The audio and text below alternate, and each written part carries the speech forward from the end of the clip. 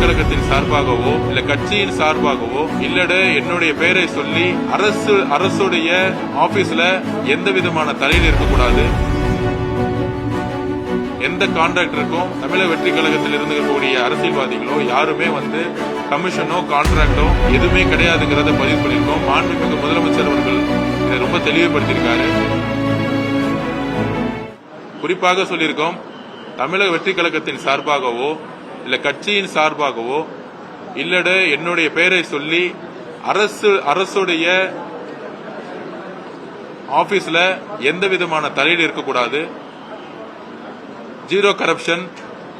எந்த கான்ட்ராக்டருக்கும் தமிழக வெற்றி கழகத்தில் இருக்கக்கூடிய அரசியல்வாதிகளோ யாருமே கமிஷனோ கான்ட்ராக்டோ எதுவுமே கிடையாதுங்கிறத பதிவு சொல்லியிருக்கோம். மாண்புமிகு முதலமைச்சர் அவர்கள் இதை ரொம்ப தெளிவுபடுத்தியிருக்காரு. எங்க கிட்ட சட்டமன்ற உறுப்பினராகட்டும் அமைச்சர்களாகட்டும் எந்த விதமான டெண்டர்லயோ எந்த விதமான டெண்டர்ல பார்ட்டிசிபேட் பண்ணக்கூடாது, யாரும் ரெக்கமெண்ட் பண்ணக்கூடாது அப்படிங்கறத ஆல்ரெடி பதிவு பண்ணியிருக்கிறாரு.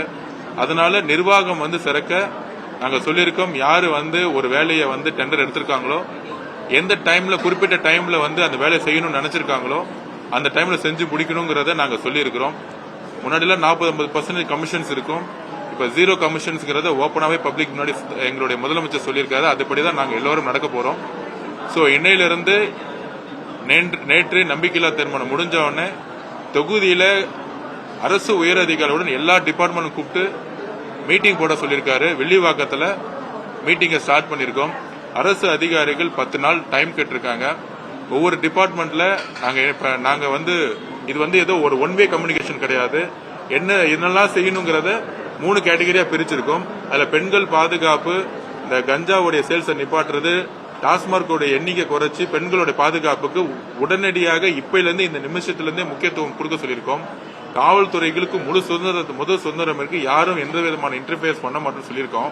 ஆக்சுவலா இதை முடிச்ச உடனே water management, drainage management, electricity issues இதெல்லாம் செக்ரட்டரியேட்லயும் டிபார்ட்மெண்ட்ல எங்கெல்லாம் ப்ராப்ளம் இருக்கோ அதை நான் சரி செஞ்சு கொடுக்கறேன்னு சொல்லியிருக்கோம். சோ இது ஒரு ஹெல்த்தி டிஸ்கஷன். ஒரு சட்டமன்ற உறுப்பினரும் ஒரு அமைச்சரும் அரசு அதிகாரிகளும் எங்க பிரச்சனை இருக்கிறத அவங்க இப்ப சொன்னாங்க. அவங்க நானும் சொல்லியிருக்கேன். இது ஒரு அதிகாரம் மூலியமா இந்த வேலையை செய்ய முடியாது. எங்க பிரச்சனை இருந்தாலும் நேரடியா என்ன அணுக சொல்லியிருக்கோம். நானே ஒவ்வொரு ஆபீஸுக்கு வரங்கிறத நான் பதிவு பண்ணிருக்கிறேன். சோ ஒவ்வொரு ஆபீஸுக்கும் நான் வரும்பொழுது என்ன பிரச்சனைகளை சொல்லுங்க, நான் நிவர்த்தி செஞ்சு கொடுக்கறேன்னு சொல்லியிருக்கேன். கமிஷனர் அவர்களும் சரி, இங்க இருக்கக்கூடிய உயர் அதிகாரிகளும் சரி, போலீஸ் டிபார்ட்மெண்ட்ல அடிஷனல் கமிஷனரும் சரி, எல்லோரும் கண்டிப்பாக இன்னையிலிருந்து இம்ப்ளிமெண்ட் பண்ணலாம்னு சொல்லியிருக்காங்க. ஒரு ப்ராக்ரஸான மீட்டிங்கா இருந்துச்சு. அடிப்படை தேவையா இருக்கக்கூடிய கல்வி, சுகாதாரம், எலக்ட்ரிசிட்டி ப்ராப்ளம், முக்கியமான பெண்கள் பாதுகாப்பு, டாஸ்மார்க் இஷ்யூ என்னெல்லாம், அப்புறம் பட்டா இஷ்யூ. சத்யா நகர்ல பட்டா 30 வருஷத்துக்கு மேல இருக்கவங்களுக்கு ஹைகோர்ட்ல ஆர்டர் கொடுத்து அவங்களை வீடு இடிக்கப்பட்டுச்சு. ஆனா அவங்க பொருட்களை இன்னும் ஒப்படைக்கல. நிறைய பேர் பாஸ்போர்ட்ஸ், குழந்தைங்களுடைய ரேஷன் கார்ட்ஸ், பெண்களுடைய ரேஷன் கார்ட்ஸ் இதெல்லாம் அன்னைக்கு மாட்டிக்கிச்சு. அது ஒரு இடத்துல தனியா வச்சிருக்கேன்னு சொன்னாங்க. அவங்களுடைய உடைமையை உடனே கொடுக்க சொல்லியிருக்கோம். அதுக்கப்புறம் பட்டாஸ் ரெவன்யூ டிபார்ட்மெண்ட் சொல்லி யார் யாருக்கெல்லாம் சட்டத்தின் அடிப்படையில் எதெல்லாம் கொடுக்க முடியும்னு சொல்லியிருக்கோம். இது எல்லாமே 10 நாள்ல ஒரு ரிவ்யூ மீட்டிங் போட்டு ஃபைல்ஸாவே ரெடி பண்ணி கொடுக்கறேன்னு சொல்லியிருக்காங்க.